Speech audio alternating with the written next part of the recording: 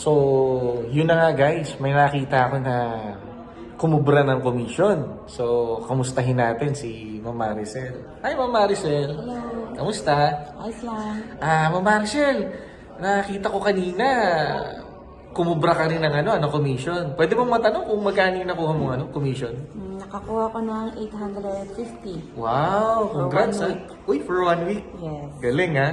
So, Ma'am Maricel, may mga magtatanong kasi, paano mo nakuha yung yung commission na yan? Nakuha ko yung commission ko dahil kay Tabi. Oh, dahil kita. So, before kasi, nagagamit ko lang si Tabi for expenses, Okay. mga luho. At least ngayon, nagagamit ko si Tabi for source of income, Wow. another source of income. Wow, ganda naman, di ba? Tama nga naman, kasi bakit? Madalas natin nagagamit yung tabi for expenses, but why not this time? Gamitin naman na natin ang tabi to generate an additional source of income. Yes. So, congratulations, Ma'am Maricel. Pachay ka ha. And then, sa mga may tanong kung paano kumita gamit ang tabi, i-message nyo lang po si Ma'am Maricel. So, salamat Ma'am Maricel. God bless. Bye-bye.